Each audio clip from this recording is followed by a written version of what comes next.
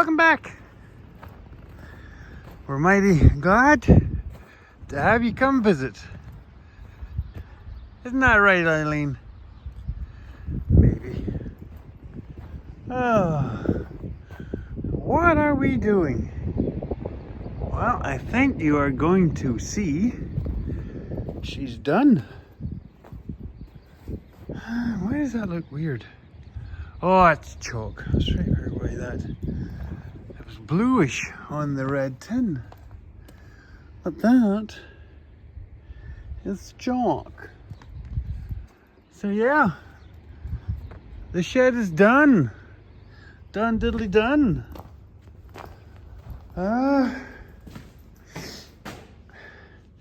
Yeah, so we got our work cut out. So yeah, like I said, there's a bunch of lumber left over, and Jeremy was like, oh, you could wow, they maybe overshot the screws. Holy moly. Well, maybe they only have a certain size of bag. Good thing is, I happen to know where there's 2 shelters going up that have red and black tin. All right.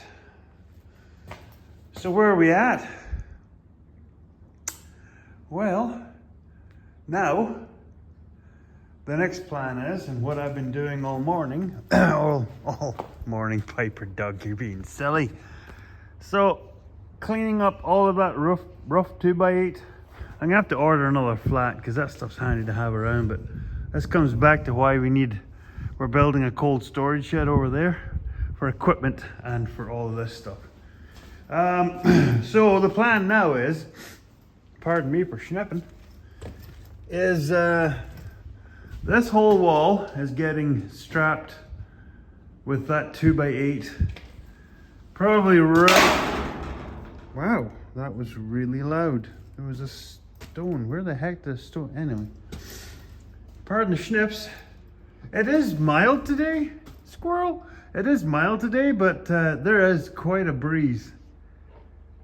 You can kind of tell by the girls, they got a lot of like steam condensation or whatever it is coming off of them. Because it's supposed to be around about -5 or something right now, but the wind chill is making it -13. So it's not that warm, and that breeze is just doing her in. So yeah, I will do the 2x8s up to about here, which is chest high on me, which most humans, that's like shoulder high. That way that there won't be any poop getting down the back side of the wall. So only this wall and then that wall, because from here, cows won't spend any time over here. Now, if I have the boards left over, what I'll end up doing is putting a rub board along there. So when the mamas are walking down all swole, doop, doop,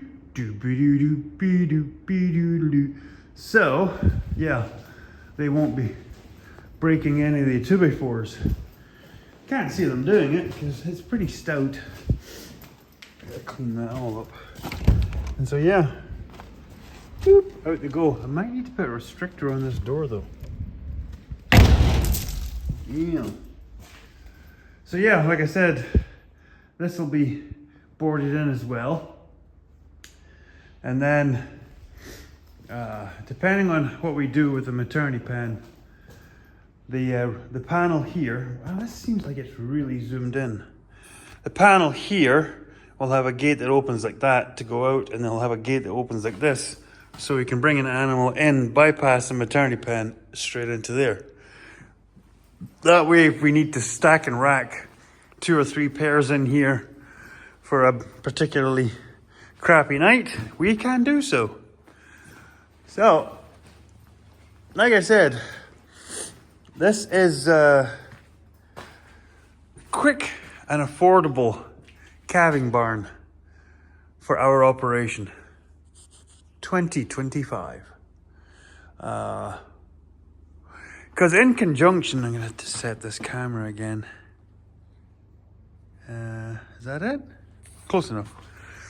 So in conjunction with that shelter And then there's another shelter over there, and each shelter will have a warm room in it.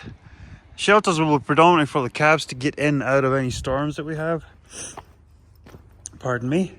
Yeah, outside of that, this will be where we deal with most newborns and mums if we have to do any pairing. We don't normally have to have any issues with these girls here. First timer and second timer calving, that's why we have shelters over here, and we have pens at the back. So if they need to have some alone time with their baby to figure it out, we do that.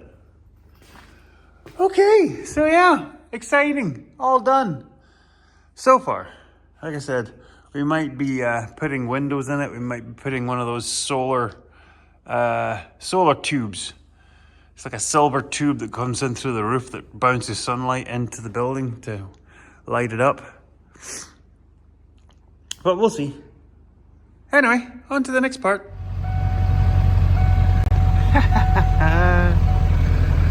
I had him on the charge on the truck over coffee time, and it was like the batteries were dead. So then I gave the cables a little tap tap, sparky sparky, put them back on them, and then I'm not the pin anymore. Woo!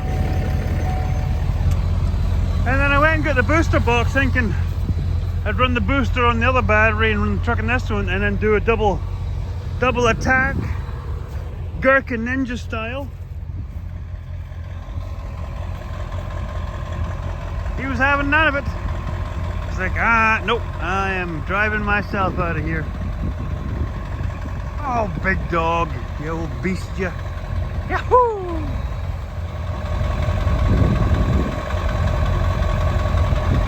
And yes, that's right, folks. Piper Doug is the owner of a 7397, a Gen 4 6.7 deleted, as you can see, and an unstudded 6-liter non-chipped, fully deleted. Diesel's all the way.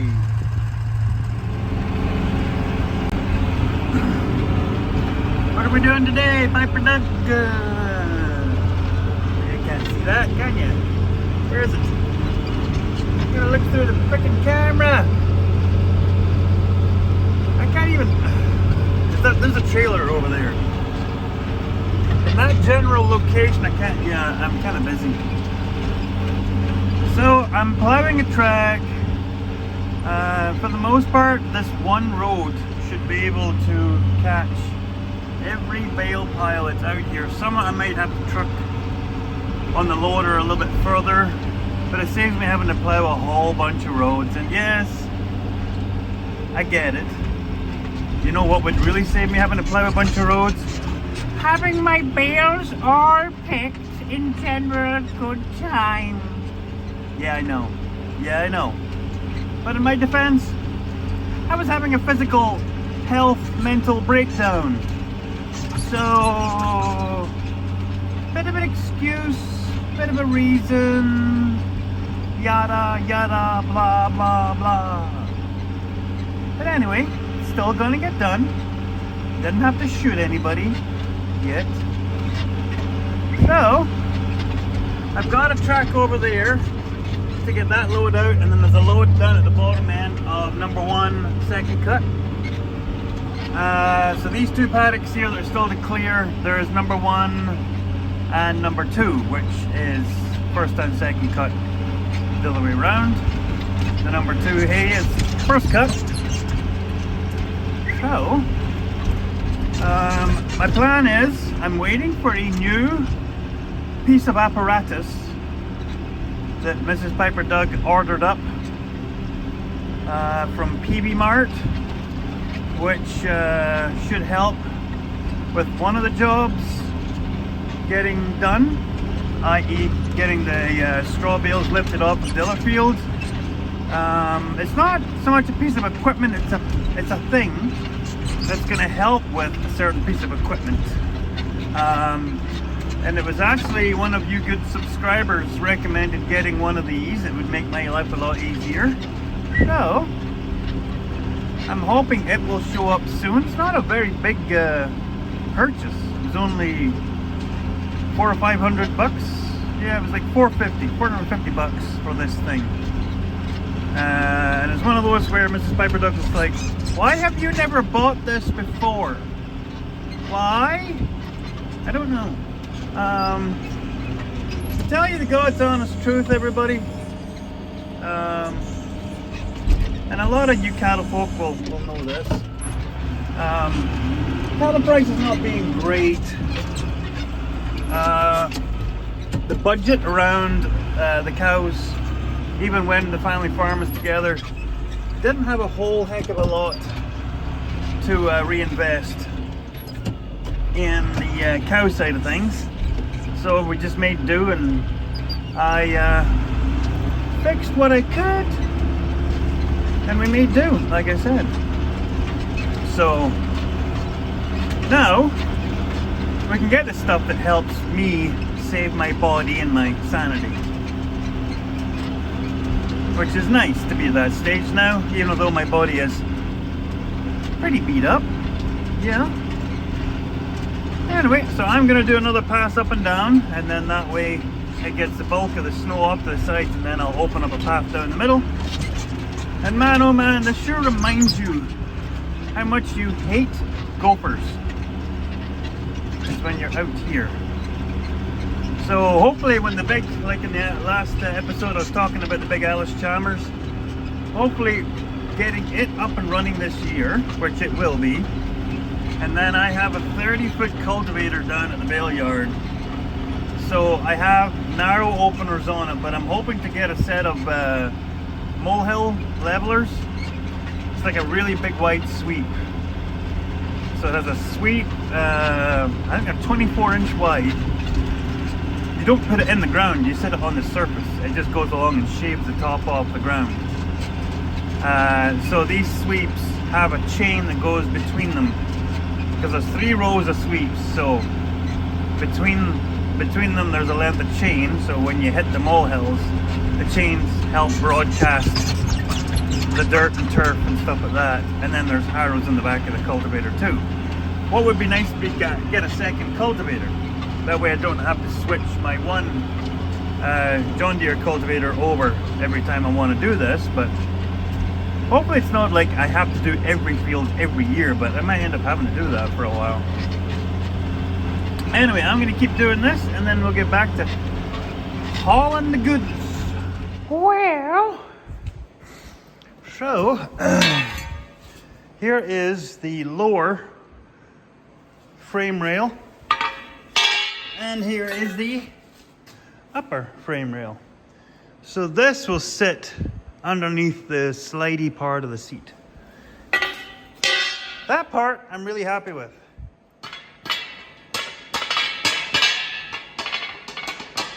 This one's got a little bit of rock and roll to it. It warped. So what I'm going to do is when I start welding on the uprights to give me the seat height, I'm going to lay a bit of a beating on this. If I have to, I'll maybe do a cut to relieve the pressure in it.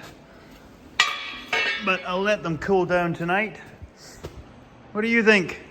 You have no idea what's going on, do you? Shop cat. Cat-tat-tat-tat. So these were supposed to be what's going to go on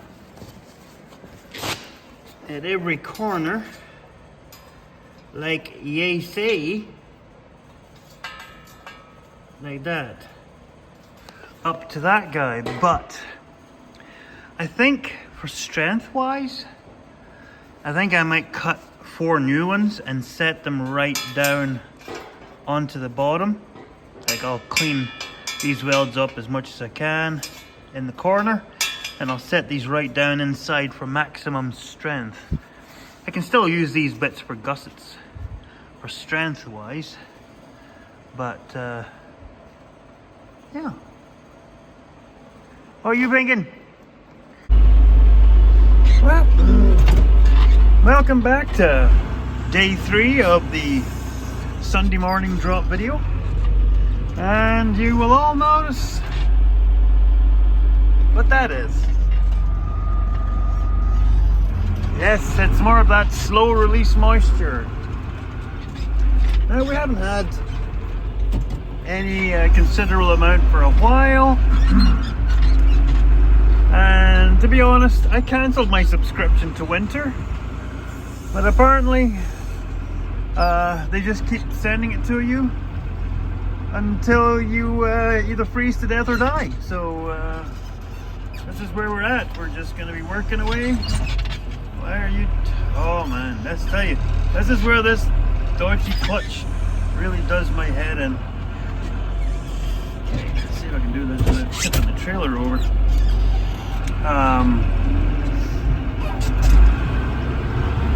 So yeah, this is the last load out of this faraway paddock that I got to get out that little skinny road. The road's not the problem, it's at the corner. I've got to climb a small hill to get up onto the gravel road.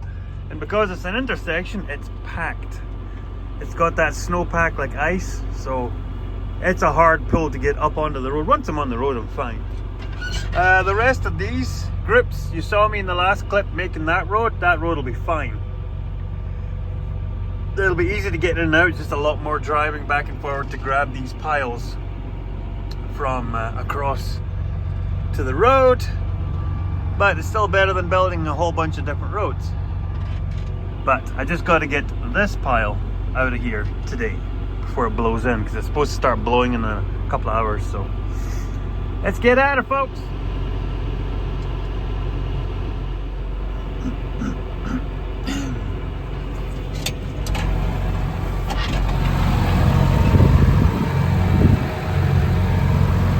Well, this is fun. Yeah.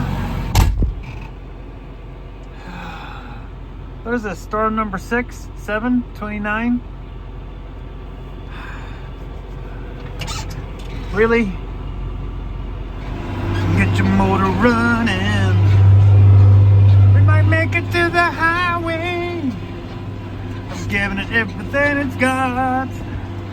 I hope it goes my way. Oh gosh, I hope the clutch makes it, and the prop shaft and the front axle too. Oh gosh, I hope we get home with this load on the next two. Yeah. Man, oh man. They don't show you this in the brochure when you're signing up for this whole malarkey, ranching. Woo! She's blowing in. Hard to believe that this is all plowed out yesterday. Yeah, we probably had about 5 inches, 4 to 5 inches so far. It's not actually that cold right now. It's about minus, what the heck did they say, minus 14. So there's that. But oh, I'm so looking forward to as the days get longer. Yes, I know it's the middle of January, but that's what keeps us going, right? Right? Just dream of going for a lovely summer holiday in Scotland and the blue skies and it's not raining and visiting family and yeah. Come on, you dead weight. Follow me. Oh my gosh. We actually made it. Oh my gosh. That was shocking. Sorry, I'm steering with my left arm, my left elbow, because I need to let this down so I can see. Sorry, just a second. Woo! I got stuck. I got that thing stuck where the snow had blown into one of my tracks and I was on a bend and the back tires went into the deep stuff. Backed up a couple of times and then I backed up a long way, made a big trench, and she went. Tell you, if we're not having a turbo, when this thing is pulling, it will pull. If this thing had a turbo and an actual clutch that worked smoothly, heck of a tractor. That's why this thing is still around, because if you can get that other stuff figured out, mint! For $36,000, what we paid for it in 2021, with just over 10,000 hours on it. I'd say it's pretty good money, but it's not without its drama. Anyway, I'll get it back into the yard, get it unloaded, and then it'll be supper time. It's haggis pies tonight. Yeah! Taking up welding, are we? Anyway, here we are. The seat box extraordinaire.